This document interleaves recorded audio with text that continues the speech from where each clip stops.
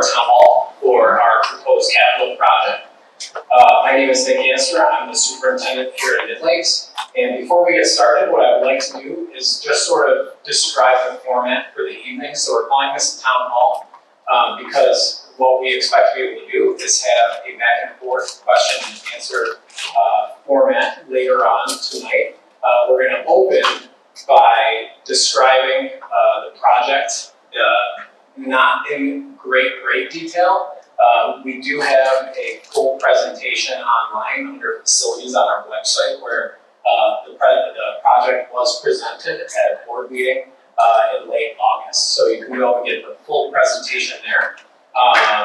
So after we have an opportunity to describe the project and then have our panelists introduce themselves and describe what their role in project development and project execution is. After that's complete, we'll move into a question and answer session for the remainder of the evening. We expect to be able to end by 7 p.m. If the questions and answers run their course prior to 7 p.m., we'll end before that. All right? So here we go. I would just we'll go from this end of the table down to this end. Just introduce yourself and what your role is. Sure. Joe Julie, I'm project manager with Edge Architecture. And we've been district architect since 2018. Carl DeBash, business administrator for the school district. Tracy Elton, board member. Dan Langenberg, project manager with Watchdog Building Partners. We've been involved with capital projects here with the district since around 2014. Jerry Kramer, director of operations for Watchdog Building Partners. So we'll start from there. Okay, so here are the general details of our proposed capital project. So the overall cost is $35 million. We currently have $8 million in a capital reserve account saved, where we will use that money to get the project moving. The remainder of the $35 million, we've been authorized to borrow that money. What's great about that is over the course of 20 years after the project is complete, the state will actually refund us through what's called state building aid. They will refund that money above $8 million, making the total cost to the community for the $35 million project, when it's all said and done, the $8 million that we have in reserve, which means when the community votes on this, there will not be a need, or we won't be asking for any additional funds based on that. So we do say that this vote does not carry any additional tax impact to the community. All right, so what is going to be in this project? So we have the project broken down into 4 categories: program, safety and security, systems, and site improvements. The program portion, we're looking at upgrading our culinary arts classroom here at the secondary building. That has not been updated since it was initially built. The second one, restroom improvements here in this building. If you went to this school, you know that there are bathrooms on the inside of the bathroom, and then the sinks are actually outside the main line of the hall. So we would like to update those bathrooms. They also have not been updated since that portion of the building was initially built. We also are proposing to finish our commitment to music and the arts. Right down the hallway from here, we just finished updating our music classrooms at the secondary. And in this project, we would like to update the music classrooms in our elementary school. So at the end of this project, we can say that we have state-of-the-art music classrooms, K-12. The tech shop, or wood shop in this building, also has not been updated since it was originally built. We would like to upgrade that into a modern shop facility for our students that are pursuing CTE here at school. Similar, our weight room for athletics is in sore need of an upgrade, and we would like to give our athletes a space inside to train and lift weights and prepare for their athletic endeavors in a new, modern, updated space. In addition to that, we do lease a significant amount of our square footage to BOCES to house the Mid Lakes Education Center. There are several classrooms that we lease out to them that need improvements with the flooring. So we need to make sure that we're maintaining the space that buildings owned, and then we lease out to BOCES. So that rounds out our programmatic enhancements. In terms of safety and security, we, in what we refer to as the old middle school these days, have an entrance that serves our Mid-Lakes Education Center, that's the Wayne Greater Lakes program that's out in our building, and our Committee on Special Education office. That entrance currently is not as safe as it should be. So what we're proposing to do is add 2 windows that go into those offices so visitors can be vetted, identified, and vetted properly prior to gaining entry to the building. So safety enhancement there. Fire alarms in both buildings and the infrastructure that goes along with those fire alarms, including wiring and some of the CPUs or central units that power and oversee electronically the fire alarm, those need to be replaced. Those have not been replaced in quite some time, and are past their serviceable life. Gym partitions, these are giant foldable doors that require very strong motors to open and close. There are a number of them across the district that simply do not work anymore, and more modern facilities have drop down curtains that separate gymnasiums these days, and we're looking at different options for being able to divide our gym spaces up for AP classes and AP teachers. In addition to that, for safety, we need to update our generators in both buildings. So if we meet a circumstance where we have a power outage, that we have more power options to literally protect the envelope of the building and to ensure that the food that we have frozen stays frozen, that the boilers we have continue to operate to make sure that the building doesn't go into a deep freeze. It's to protect our infrastructure.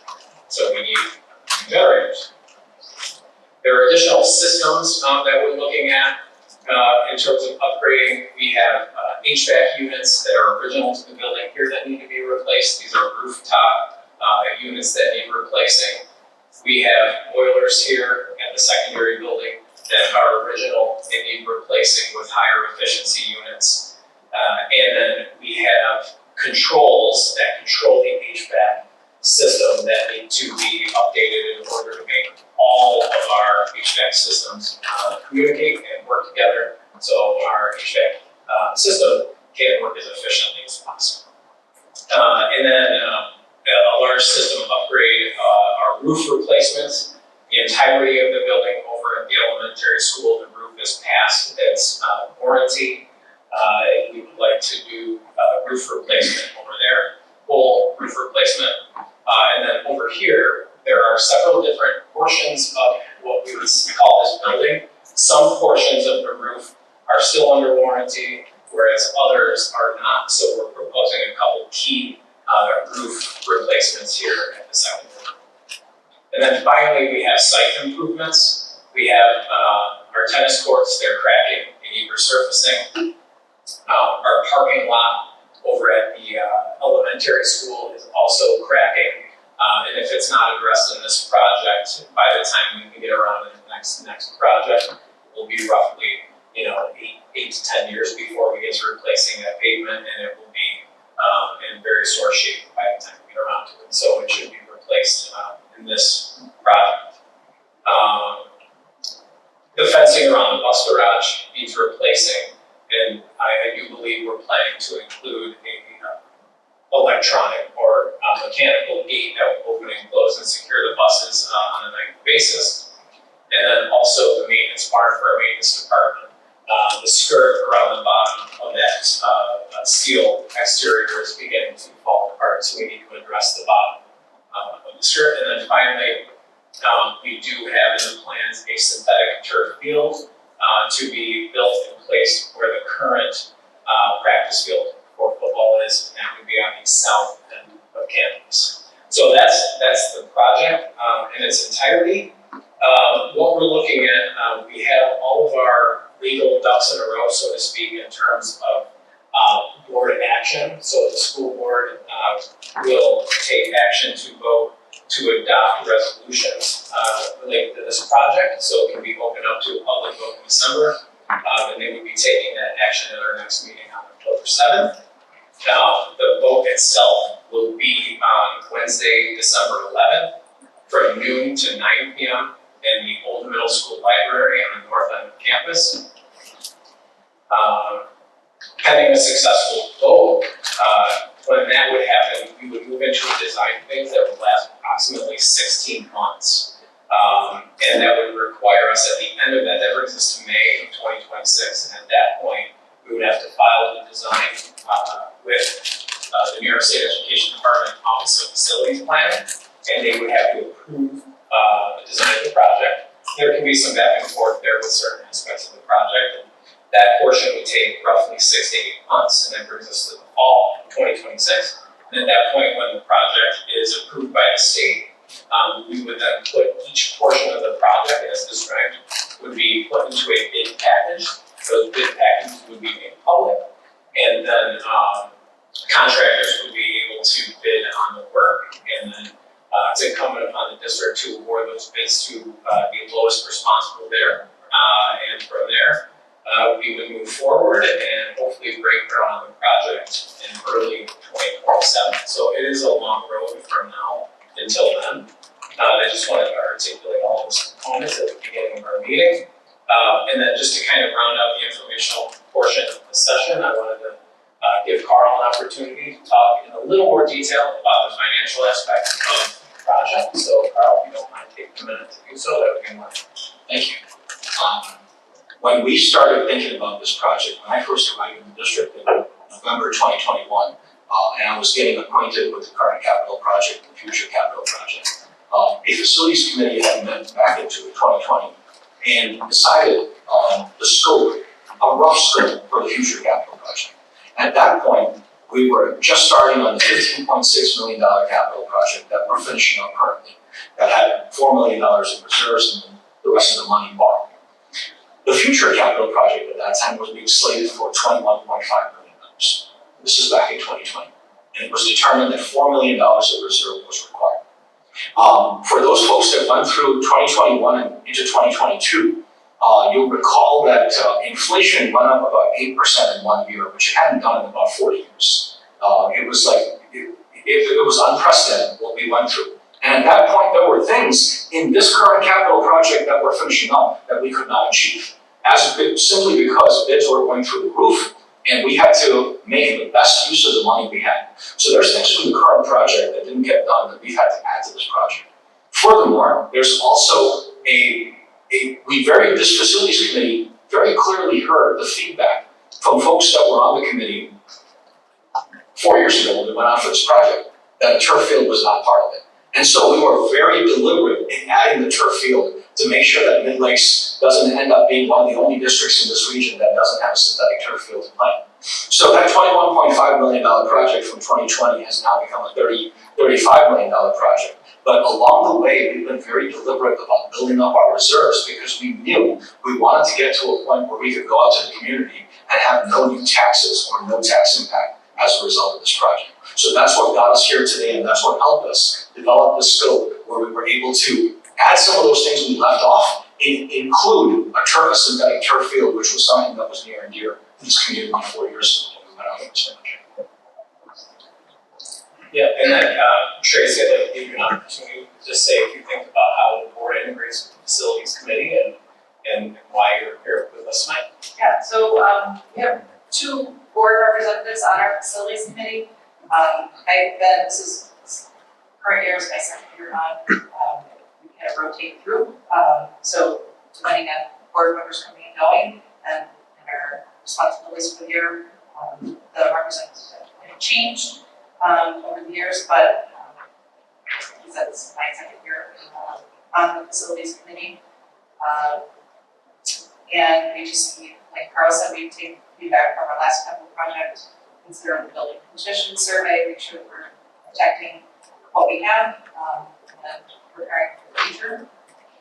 So, board members are there to advocate for what our district needs and our students. Thank you.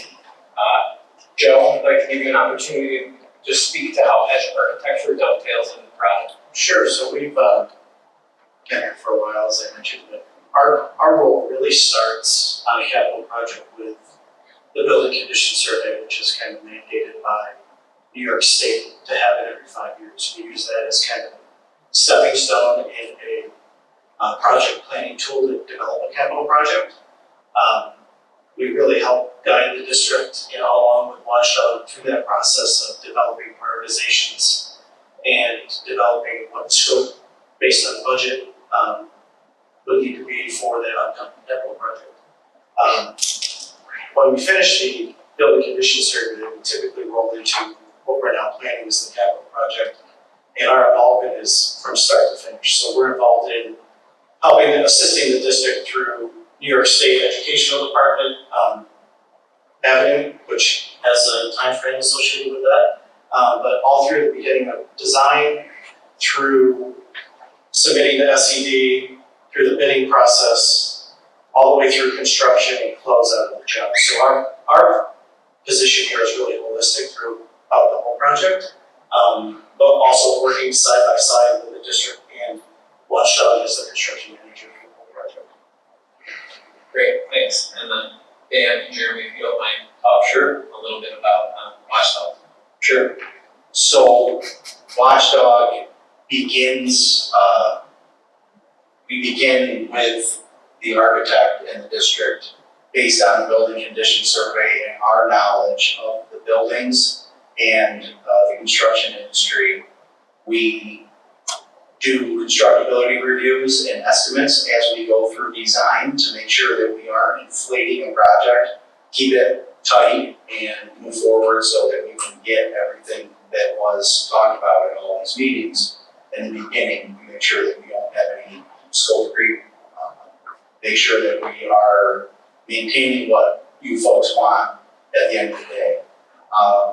We work through with a construction administrator, works directly with me from our office, and we take care of all the items behind the scenes with pay-apps and punch lists and all those types of things, and scheduling through the project all the way through closeout, where we make sure that you are getting what you're supposed to be getting at the end of the day. We do all of the reporting, testing, balancing, warranty work, all those types of things to make sure that when we're walking out the door and handing the keys back, you have what you bargained for.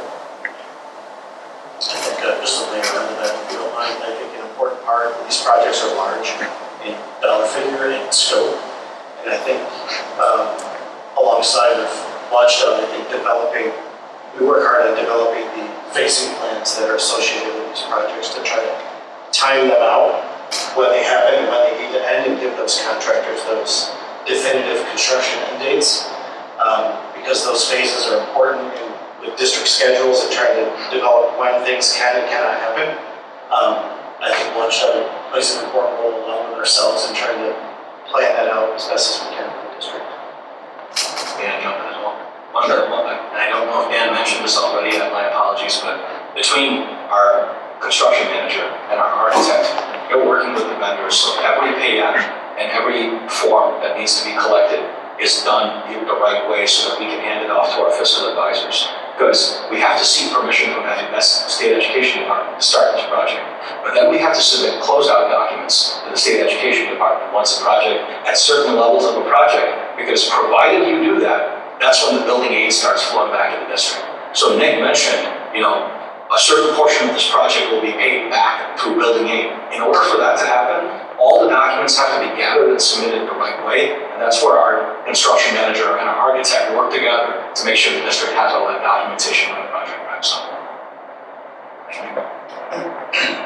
All right, so we spent roughly 19 minutes describing the project and kind of giving an overview of the nuts and bolts of how things work. So at this point, the reason we wanted to have a town hall format was to allow folks from the community to ask questions and for us to address those questions. So we hope to have an informative back and forth conversation. So if you would like to speak, just raise your hand and we'll call on you like we're in class, I guess. Go ahead, Fairley. No taxes, nothing's free, especially in New York City. So it's money's coming from somewhere, so New York City taxpayers are gonna pay for it, I'm assuming. So Okay, Not quite, so. Nothing's free. yeah, right, so, okay, nothing's free, right? Our district received roughly, last year, around $19 million in state foundation. So with an operating budget around 45 million, 46 million, we are already heavily subsidized by state taxes, right? And other sources of revenue that the state collects. So a couple of pieces there: legalized gambling, legalized cannabis, the lottery, as well as state taxes, right? State income tax. So, correct, nothing is free. We've used portions of that foundation aid as well as fund balance at the end of the year to build up our reserves to make this project possible. The one thing that I would say is the state has an open offer of roughly 87% kickback or state aid on these building projects. And if Mid Lakes isn't the district that's leveraging this state money coming back, then other districts will be leveraging that. So that's the way I think about it, is that if we don't do this, then we're missing opportunity to have that money flow back from our state. But if everybody spends within their means, it wouldn't be lavishly spent all over the place, right? So across the board, across the whole state, we kind of go up. So here's what I would say to that. There's needs and there's wants every year. When we purchase new buses, right, there's absolutely both on there, you're absolutely correct. So on a yearly basis, we ask the community to come out during the May vote and vote on a separate proposition to purchase buses. So when the community says yes to purchasing buses, Mid Lakes, because of a certain ratio called a combined wealth ratio, receives 90 cents on the dollar for transportation. So when we purchase a bus, the state has to pay us back in the form of transportation aid, amortized over 5 years. So over 5 years, the bus costs us essentially 10 cents on the dollar. So yes, to some degree, the state taxpayers are doing that, but every school district across the state is looking to update their buses, whether it be with diesel or electric. Similarly through BOCES, that's another form of expense-based aid, but we have BOCES programs when we are a small district that doesn't have a central business office. So expense-based aid, whether you like it or not, is a necessary evil, especially for a rural school district that doesn't have all the services under the sun under one house. So we take advantage of BOCES aid, transportation aid, building aid, special aid for our special education students, something called private and public excess cost aid. But that is essentially how a school district functions, because that is how the state sets the formula, and that's how you essentially make things work for kids and provide opportunities. So yes, the state pays you back, and it does come from state taxpayers, but every public school across the state is playing within those same rules and playing that game. Does that answer your question? Kind of. If I can just quickly add too, we talked about the building condition survey. That generated from the idea of the state wanting to have some idea what are the needs of districts. So that you're doing that every 5 years, and not every district is the same year, right? They got that kind of offset as far as the number of districts turning that in. But now the state's getting those building condition surveys back, see what is that work that's required, what's the dollar value. So they're planning that now in their budget. So I'm not saying right, wrong, or philosophically, but just saying that's how it's established and why that's required. They're looking at us as school districts, right, to say, are you taking a look at what your facilities need every 5 years? And then we want to know what those needs and the costs of those are, so we can be planning as a state to fund those projects. That's a valid point. So I went to the last capital project, and I was sold on asbestos damage as well, so we got money. And then obviously 8% went up. We never even did it, we did everything else but that. And yes, it's all nice, but we didn't take care of the main bones. So some of this priority has to be done. That was probably double. So what I would like to see before the board votes on it, I would like to see where the money actually went to, where we went wrong, and be transparent with taxpayers, because we've already purchased this stuff, the New York State taxpayers bought. Where to go? Show us where it went, so we're not going, oh, well, somebody took it home with them, where'd it go? What do you mean? So let me, when we talk about school finance, very heavily regulated, It's business. but it's a nonprofit business, right? Heavily regulated by the state, right? We every year have an audit by a firm, currently Mango Metzger Bar. There have been other names for that audit firm in the past.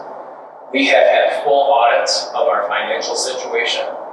We have filed all the necessary paperwork with the state and Office of Financial Facilities Planning.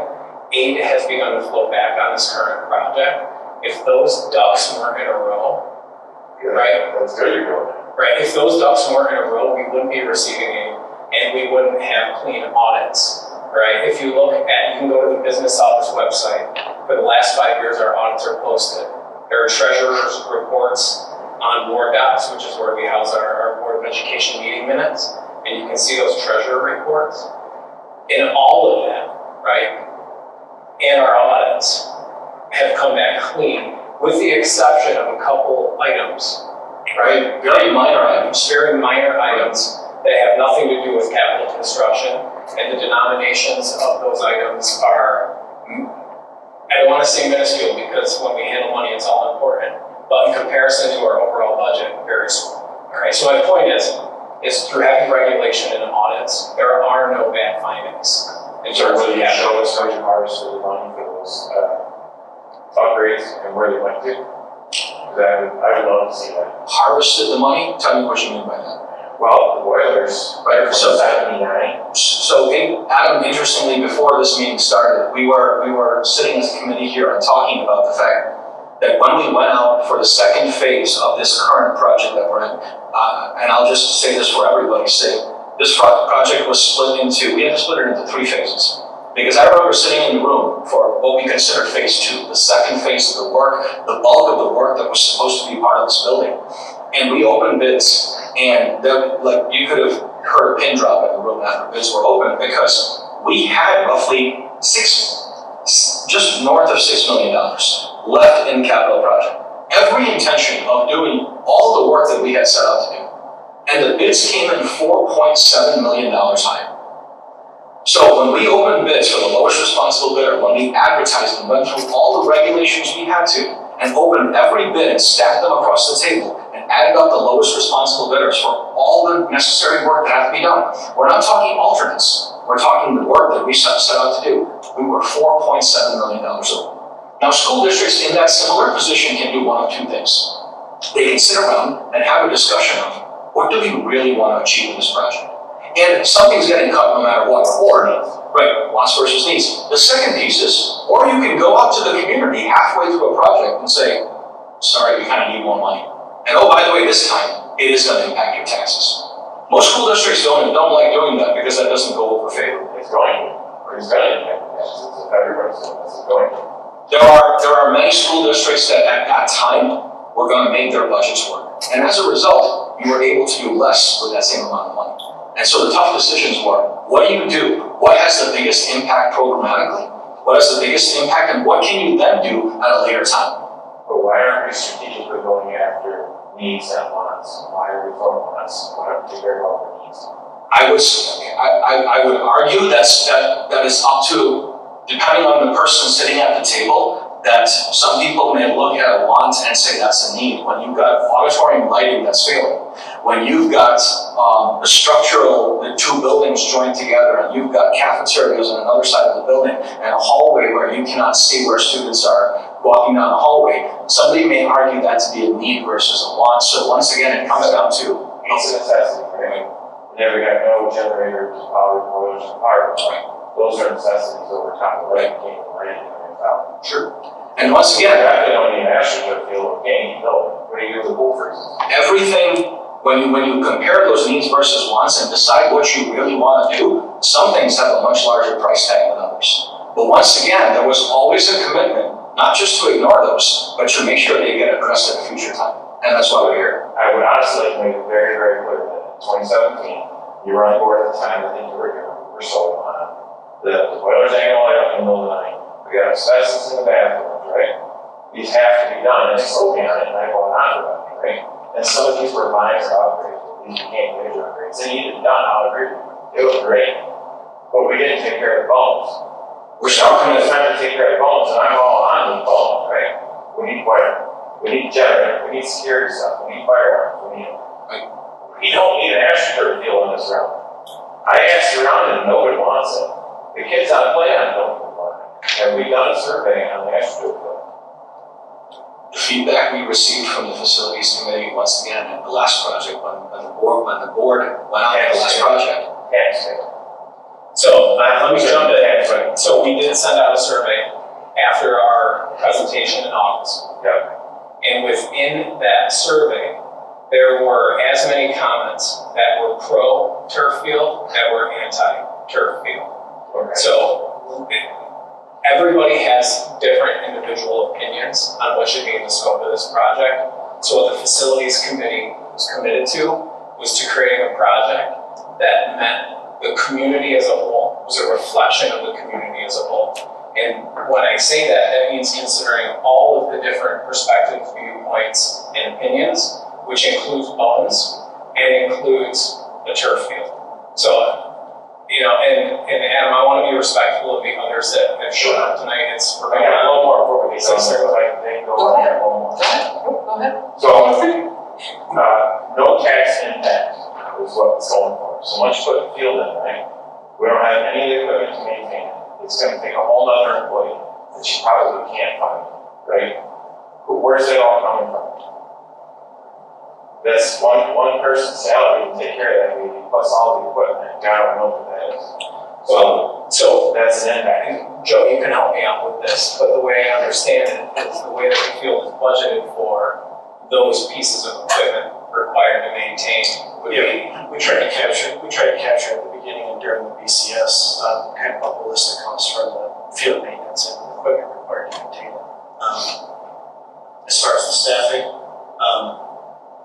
that personally I'm unsure, but You know, in terms of staffing, right, we have, I forget the number of full-time maintenance folks that we have on staff, but we're currently mowing our 96 acres all of the time, right? It's better than it's ever been, I can tell you that. I'm sure Mr. Tiller appreciates that and his crew. Yeah. But I've seen in other districts the machine that replaces the pellets, the rubber pellets, and it takes an approximate similar amount of time as to mowing a lawn of the space. It's a riding vehicle. It's a similar amount of manpower, is what I would say. So in terms of increasing a full-time staff member to make that happen, I don't believe it'll take a full-time staff member specifically to maintain But we the will look into it. Pardon? We will look into it. If our need increases, it's something that we would entertain. And Adam, if our need were to increase, I think one of the things you'll see whenever we add additional staffing positions, we typically do that at a May budget vote, and we would be specifically asking for another position. So if we have no intention of adding staffing, you won't see that in the May budget vote. I'm trying to make sure we fulfill that. Absolutely. I don't like that statement at all. Fair enough. So after the December vote for the capital project, when you look at the May budget vote in 2025, right now, we're not planning on adding an additional staff member. So if we were, you would see that very transparently in May 2025. But I can say at this point, there's been no conversation of adding additional staff just to maintain that synthetic turf.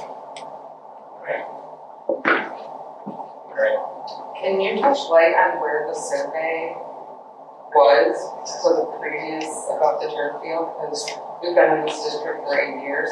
My husband's parents have lived here for close to 40 years. I don't remember seeing that or getting an opportunity to do anything about that before. And my children are active in sports, and So the survey was not directly just about the turf field. It was a multi-question survey that we put out that included the different, I'm looking down at my screen, the program, it asked, would you support the programmatic enhancements? Would you support the safety and security enhancements? Would you support the system? And would you support the site improvements? And then the responses were I would or I might, essentially. It was off the top of your head about how many people in the community answered that survey. around 86. Okay, so my concern with that is that going forward, if we're really serious about putting in a turf field, that needs to go out as a singular survey, and it needs to be answered by far more people than that to be considered, because I am totally against it for the fact that we already spent a ton of money on the field out there. The field looks beautiful because my son just played on it last Sunday for football. I feel the cons for a turf field far away from. And I just feel that a lot of people probably looked at that survey. No offense against you guys, but we're probably like, I'll waste my time on that. But if you specifically directed it as, you know, what are your thoughts going forward for our sports curriculum building or whatever you want to call it, I think you're going to get far more answers. I also think that it should be broken down into separate things. I do agree that like the facility around the field needs to be improved. Like having bathrooms directly right there. My son is very active in sports, my older son, who is in the school currently, we go everywhere. We see tons of facilities. There's lots of beautiful facilities. Yes, a lot of them have turf, but do you think I give a crap about the turf? I don't. I want them to have bathrooms. I want them to have a nice concession stand. I'm more worried about that stuff.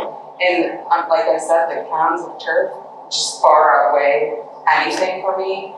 My son has played on turf, and some of the biggest complaints that you probably won't hear from a parent answering a survey is, if I'm out there on a 90-degree day, my feet are burning, my knees hurt so bad. Like, my child is young, and he has a lot of goals going forward with his life that involves sports, and I just feel that things that I've already heard him complain about as like a 10-year-old, 11-year-old, 12-year-old, 13-year-old, if these kids are subjected to that for years and years and years to come, that it's going to be detrimental to their bodies. And I know that kids are already rough on their bodies. I know that because I have 2 boys. I know that because I'm a nurse. Like, I just feel like the survey needs to be resent out. More questions need to be asked, and you need to actually look for people's honest opinions instead of a broad spectrum questionnaire. And we're looking for those opinions tonight, so I appreciate you voicing yours. A couple things. Just because we install a turf field doesn't mean we won't maintain a natural facility. That field over there is specific to football. Our lacrosse teams can use it. There is one sports team that's not able to use it, and that's our soccer team, because the literal square footage for a soccer field won't fit there, right? So our kids who play soccer don't have the opportunity to ever play any night games as a result of this. If you look at what we have for soccer over on the far side, we max out what we call our middle school or our north parking lot. It's pretty bad. The safety concerns there with parking, with grandmas and grandpas attempting to cross the street to walk down and watch their kids play soccer. It's just not a suitable facility specifically for soccer. Another thing I've been thinking a lot about is on a week like this, we just had 2 full weeks of like 80 degrees and sun, and it was beautiful, but over the last couple of days we've gotten a ton of rain, right? Let's just use football as an example. In the case that we're leading up to homecoming, if we have torrential downpours and it makes that field extra wet, then we have the option of using the turf field for that game, and we can run that game. Whereas we would actually risk in that scenario where we didn't have that turf field ruining our Bermuda sod field over at Lincoln Memorial Field. So it provides us options to have the synthetic turf field installed. Another piece that I've thought a lot about is a field like that can actually be considered an additional PE instructional space. So we have gymnasiums here, but our gyms aren't always able to be used wonderfully for the size of our PE classes. So having a turf facility allows us to keep kids outside and go outside to the maximum extent possible, and that means late fall and early spring. So it increases our opportunities with PE. So I do see tons of benefits to having a facility like that, but I understand where you're coming from. In addition to that as well, regardless of what time of year it is, and maybe this is beneficial during the winter, but in the past, I don't know how many years, we really haven't experienced a great winter. Again, a con of a synthetic field is the temperature increase of just being on that field. So now you have kids out there who came to school, and maybe it's only a 70-degree day out, but they came to school dressed in jeans and a sweatshirt, and they don't yet have to change for gym, or they maybe don't have the means to change for gym. You're now subjecting those children to being on a field that is, at times, upwards of 20 degrees hotter than a grass field.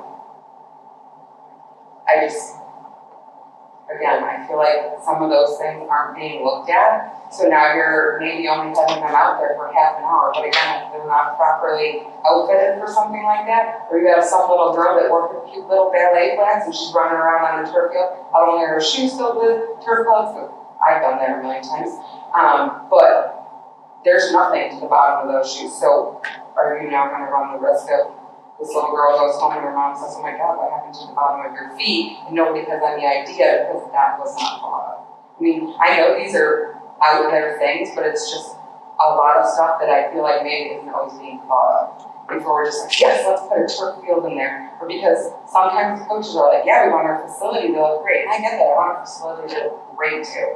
I want to be impressive. I love going places. Like, we went to Geneva. Beautiful. I don't care about a turf field. I hear you talk about tearing down, because it becomes cancer.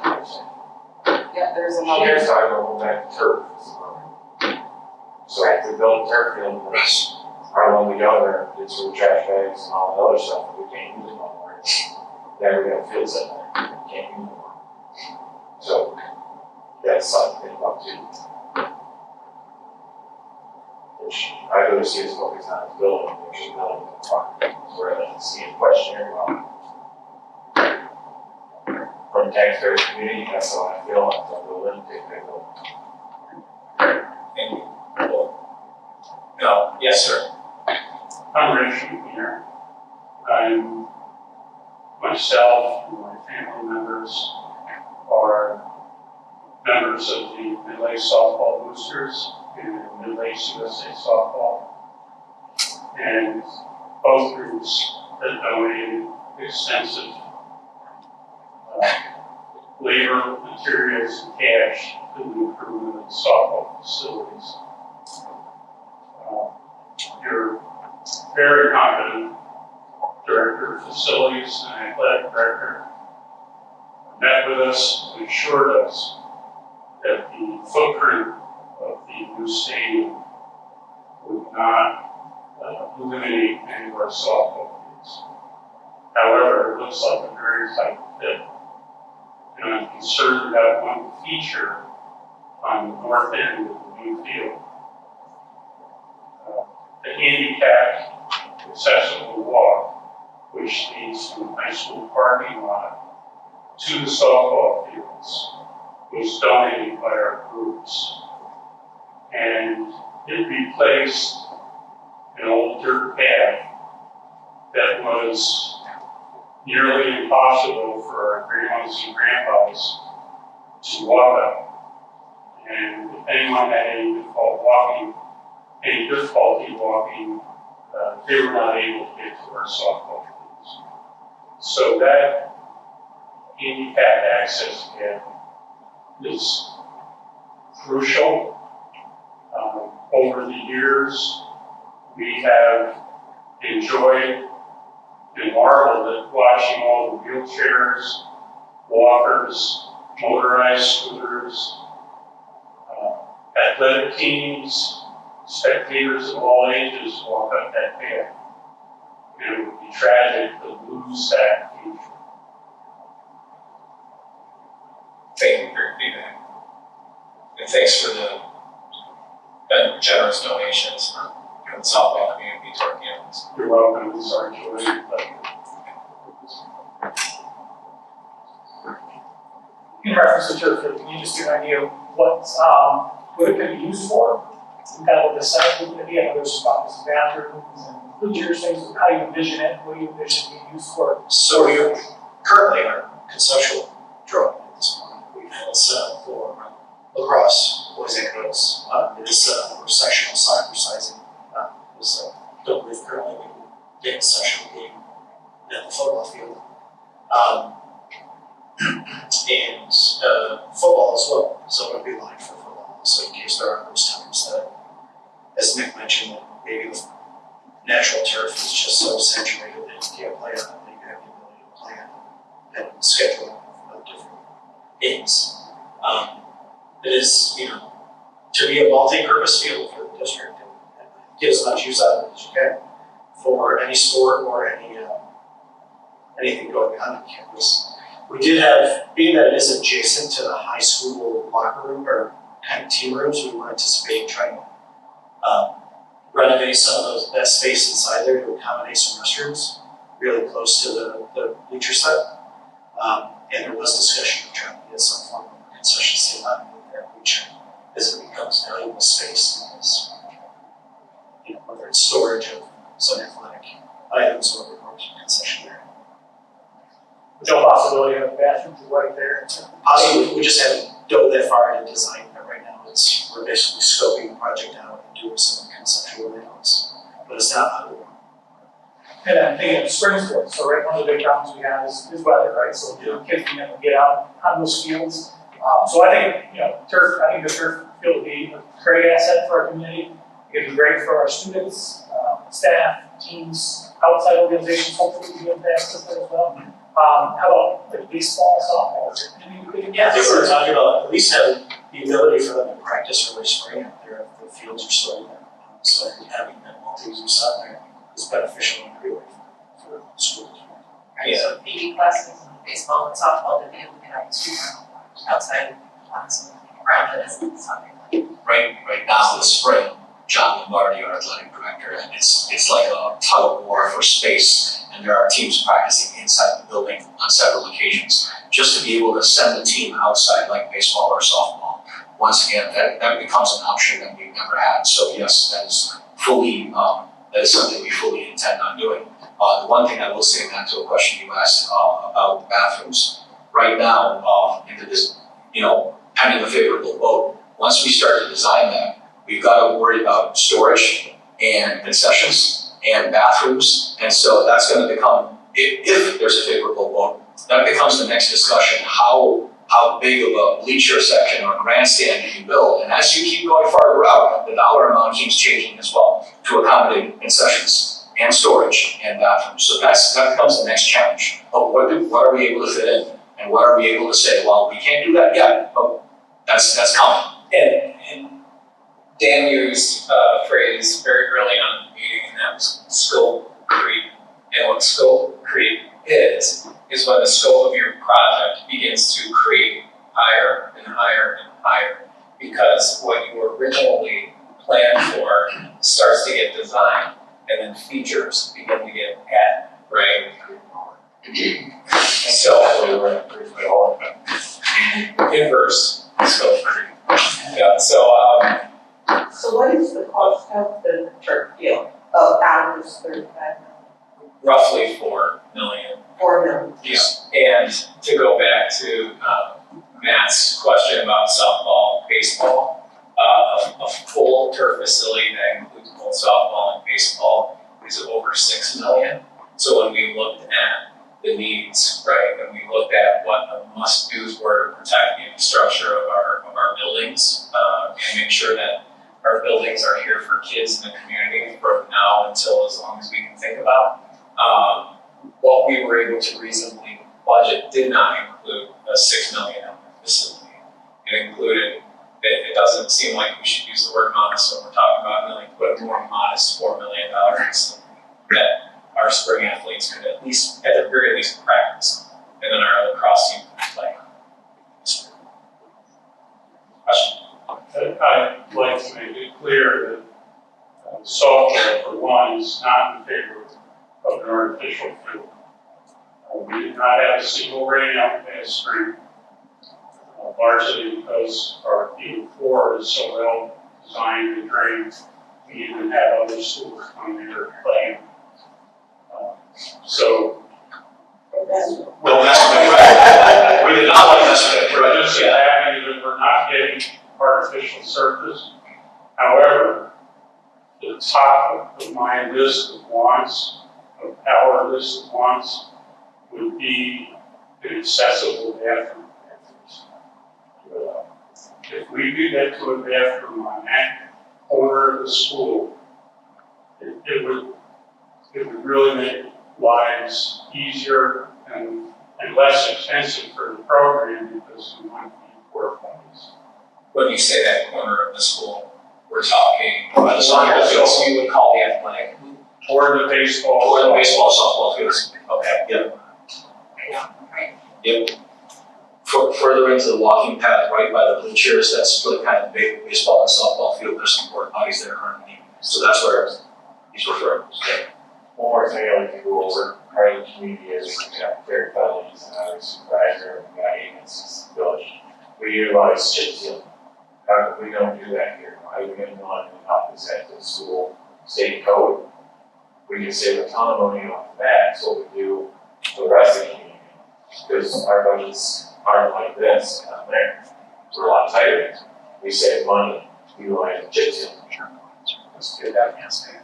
Yep. So, chip seal will be technique for resurfacing roads and parking lots. Yeah, so with municipalities, we are involved with municipality work as well. They have a schedule, so every road, they're all on a schedule to be redone at a certain time.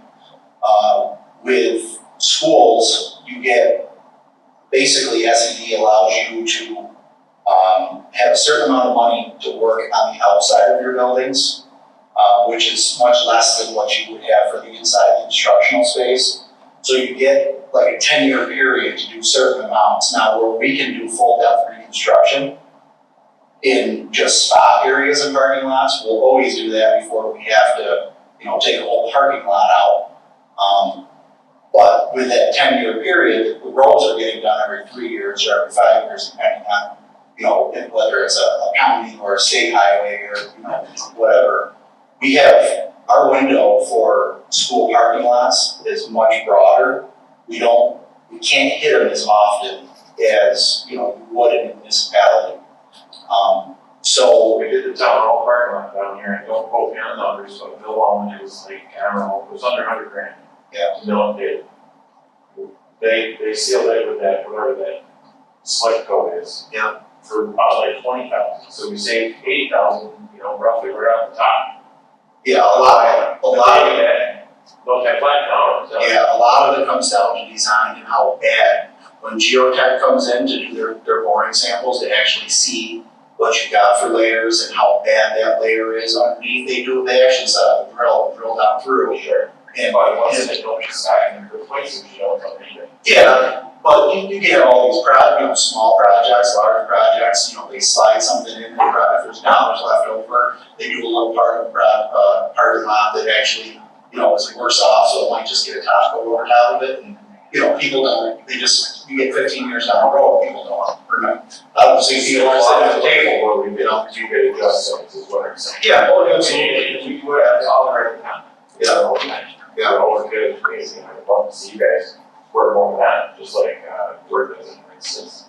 I would love to see a lot of those assets, used together. Are you talking about interview, like a municipal agreement? Absolutely. I think, Why not? I think to your point, when we just, going back to the energy condition survey, when we do a holistic survey of the entire campus, our engineers are looking at it and SED is looking at it from a 15-year timeframe, right? So once we touch that parking lot, we can't do anything with it for another 15 years. Yep.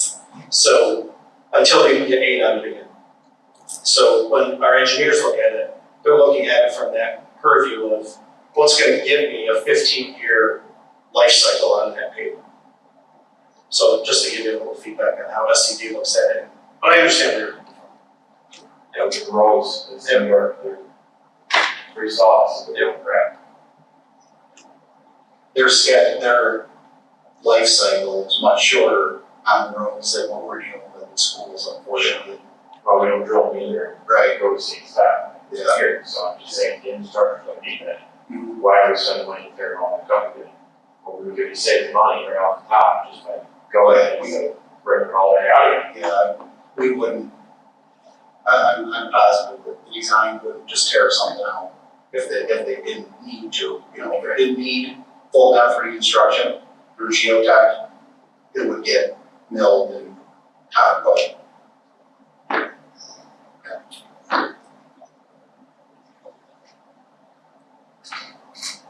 We're gonna get any clarification on the last project.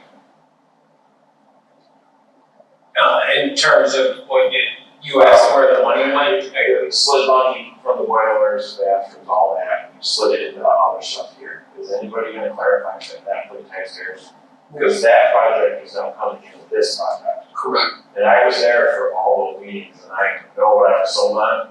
Yeah, It so. didn't get nearly what we're talking about. But Adam, like I just reiterated earlier, I can send you the bid results of the first project. I can send you phase one bid results of close to $6 million, and phase two, and how much the auditorium lighting costs, and how much it costs to redo the ground on the field. Show the guess. taxpayer in that survey that she asked him about. This is what happened with the last one, this is why we needed it done, to be honest with us, to let the taxpayer know. It's pretty simple. If you had, if you went to the grocery store and you had $100 to spend, but you put $120 of groceries in there, you gotta take 20 out. Right. But you're like, man, keep going. Right, no,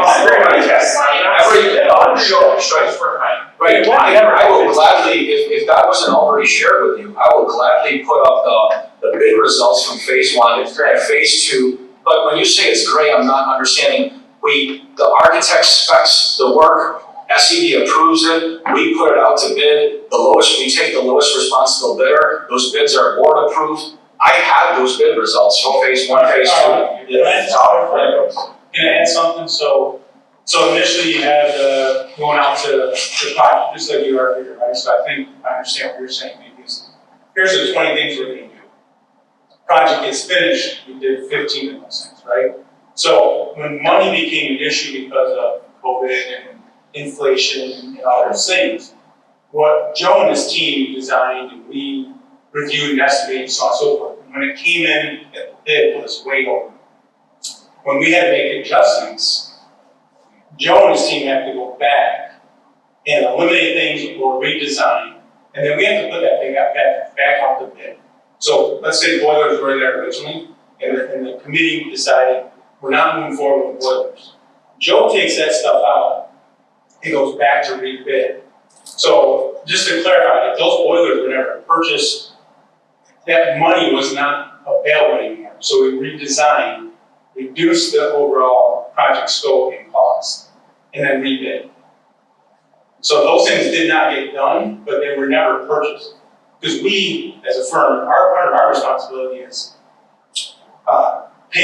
submittal process in the beginning, right? So it's coming through us and through Joe and his team. Here's all the things they're saying are required. The type of equipment you gotta purchase, you gotta use. Contractors have to submit on that. We have to say, yeah, that's acceptable per design, drawing, specifications.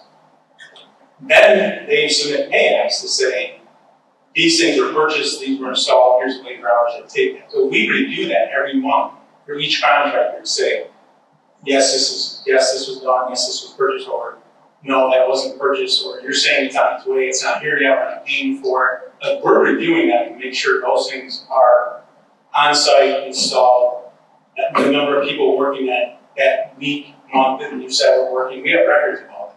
Great. So I'm just. You're explaining a lot better than it's been explained. So Are you I think that's why I wanted to clarify, because I think. We brought up the analogy of $100 for groceries, what's in your basket all of a sudden costs $120. What is it you take out of that basket? So here's what I want to And clarify. get you back to under, Right. and why were those, are you asking why those choices were made? Yes. I think the most important thing out of the basket. Yeah, so I know that. Jeremy, you said something key, and you just, you used the phrase committee decided, right? And the reality is the facilities committee made the decision on what to take out of the shopping basket. And those things were the boilers and bathrooms. That's the choice for it. That was very expensive. But the same amount of money, How we got the triple down, right? the same amount of money that was budgeted for and approved by the voters for the past capital project is the same amount of money that was spent. But because of inflation, we weren't able to include those items. So he's explained it about, so, and it's before you got here too, it's the last thing. So, no one's ever bothered to explain it, it's just what's missing. So, And a lot of that just comes down to the time, right? I mean, so when we went out and talked about this, and when we actually went out to bid, it was almost 2 years, and nobody could predict that Oh, was sure. gonna happen and all that. So we thought we had a good plan, Right. right? And things that were out of our control happened, and so we had to alter the plan, and so now we're making sure that it gets into this next plan. The other, We don't have another inflation mess. the other piece is that we, through the building condition survey, there's a line in there for, when was it installed and how many more years will it last, right? So the building condition survey is not only talking about next year, it's talking about 5 years, 10 years, 15, 20 years. So the engineering team, which is not sitting at this table, they come in and they also work on the building condition survey. So there's a mechanical engineer, plumbing engineer, electrical engineer, and they focus on their details when they walk through the building. If that mechanical engineer had on those documents that those boilers on paper should last another 10 years, that's an easy way for the district to the committee to be able to say, okay, we can hold off. I don't know if that's what happened. I'm just saying that's what happened. What I was sold is that they're not gonna make it up, but this is what I was sold. So I asked, like, are we gonna make it to this winter with these units? Because we're not, we approve this, when will they be installed? So once again, to We go back, won't break ground until 2027. 26 or 27? We're gonna make it till then? I believe so. Adam, you asked me about this probably over a year ago. It's a big deal. I mean, And one of the first things I did is I talked to Ryan Tilberg, our director of facilities, about those boilers. We have a tech that is versed in these boilers. I mean, think about it like someone who really likes to work on old cars, right? Understands how they work, understands how to get parts, understands how to use the boilers that we currently have that are not operating properly, how to harvest those boilers for parts to keep these ones running. They are running, they're working, and we don't have any reason to believe that they're just gonna out and out fail at any point. They're inefficient, they need replacing. Just to clarify, what you're telling me is a completely total different story than the superintendent told me in 2017 that we weren't gonna make it. That's why I'm asking, where did we go? How did we go this route? Where did we end up over next? Go ahead and ask these questions. If for some reason they were to die and not function tomorrow, how quickly can they be replaced? Or how does that affect our school? If something catastrophic were to happen such as that, then the board can declare what's called a local emergency. So, for example, we have 2 bus lifts in our bus garage, and at one point, one of those bus lifts outright failed, to the point where our techs, if any tech was standing underneath a bus, it was deemed unsafe, and DOT was not gonna put an inspection sticker on that lift. The board declared a local emergency, and we got to work immediately. So we have had things that have happened across campus because you can't predict when life's gonna happen, but the board has the ability to declare local emergencies, so we can start that work immediately. Well, And there's no chance that these boilers are gonna be pushed down the list just to fulfill synthetic fuel this time around. So interestingly, that's another discussion we were having earlier today. I can sit here and say there's some things that cannot be pushed further down. There's boilers, there's generators, there's bathrooms, there's things from the previous capital project like the culinary arts room, like the tech room. Those were things that were part of the project that we already, once again, the grocery list, things had to come out of the grocery cart as a result. We're committed to doing those things and making sure those things get done in this current capital project, so we don't push them down another 5 to 7 years. Because once again, we're not gonna break ground or go out to bid till 26 and break ground till about 27. So that's a commitment that this facilities committee and this board is making to getting those things done. Moving back to the grocery thing, I feel like the majority of the stuff you listed all should stay in the cart, and the fruit roll-ups, i.e. the synthetic fuel, should go back. Like, I agree with, like, all the stuff that goes, I was like, oh yeah, they should do that, oh, I love those classes in high school. And I played soccer in high school, and I get how frustrating that is. I remember the school that I went to, I wanted to play under the lights, and, our facility was great, but at the same time, that's what these kids were living, I don't remember in 20 years, because I barely remember 20 years ago, so. mean, I think, yeah, important things like that stuff is, I just, it would be nice to maybe see something that says like, yeah, this would be the last of our worries if we start to, what was that called again? Skull Creek. Skull Creek, there you go, yeah. Check the bathrooms. Well, and every time you say it's possible, I just think, oh. You like the good stuff. It's something about. I would never imagine resources, but I would, that's all. I mean, One thing I'd just like to point out is, this meeting was broadcast Parent Square, it was in the community newsletter, it's been a bunch of places. I don't know what the number is in our community, we've got 6 people here. it's sad. So, and there's 86 people responding to the survey, so if people wanna be heard, they need to come out, right? So I guess, people can't complain when, if we deter field because there were 6 people here, there's 86 people responding to the survey. Right, we need the community involved to get their feedback and do what we want. So we can't just send out their survey to see, see if they want it. No, it's, you gotta be heard, you gotta get your voice out there. You can't just, complain about the fact. Well, my voice is that we send another survey, because I feel like Oh, it's a little bit. it's 6 o'clock. Now they work here. Here. Well, they work midnight, so they work. Sure. So you Phelps and Clifton Springs, we must have 20,000, I don't know the numbers, what the taxpayer base is. We've got, I would have to look that up. do we have 1,500 students, 1,300 students?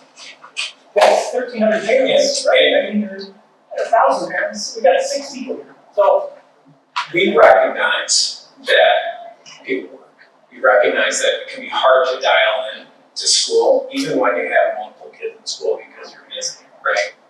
Part of the rollout of this project, and very intentionally included a presentation in an August board meeting, a survey, weeks of time to let it be out there, an opportunity for board members to ask questions during public session, so that, the administrators of the district could respond to those questions, and then a town hall meeting in order to have an actual back and forth, which is very different than a board meeting, recorded, posted online, leading up to a vote, right? So we're working hard to engage the community in the best ways that we possibly can. And I would really hope that you would get folks in your sort of personal spheres to engage. I would be very helpful. I try, but like I was saying, when you work here, it sounds like you want to come up here and speak in front of your boss. And different views of how you don't like things. And then you got people in the community of power, whether they're, mayor or whatever. They don't want to come up here or a business owner and say they do or don't. My only rebuttal is there's been departments such as the music department who are very clear about what they wanted when they wanted certain, especially when we were overbid and certain pieces of equipment, like I showed you before this meeting started. Our teachers actually are some of our biggest advocates. And so they are very comfortable. We always have an open door at district office. If you ever walk in a district office for the times you have, you'll see my door's always open. We encourage our staff to give us feedback, whether it's on a yearly budget or whether it's on a capital project. Nate presented that on Superintendent's Conference Day of opening of schools. So if anything, our staff, I would advocate, are very comfortable approaching the business administrator or the superintendent or a board member and advocating for something they really want or need. This is good. This Right. is public hearing. This is good. We should do this at the board meeting. So we can communicate that. That would be for the community. Thanks.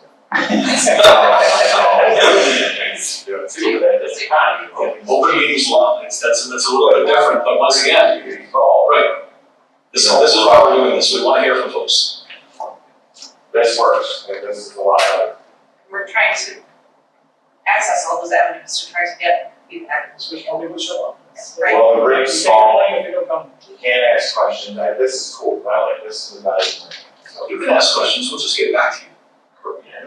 So it's not social, or it's not. So. Because it's a business meeting, it's Stop by my office anytime. open meeting law. I would like to thank everyone for coming out. I'd also like to thank our panelists from Watchdog and Edge. And Tracy, thanks for being here. Carl, it's part of your job. Yeah. No, for real, thanks for being here. And Thanks for the I look forward to feedback. moving forward together.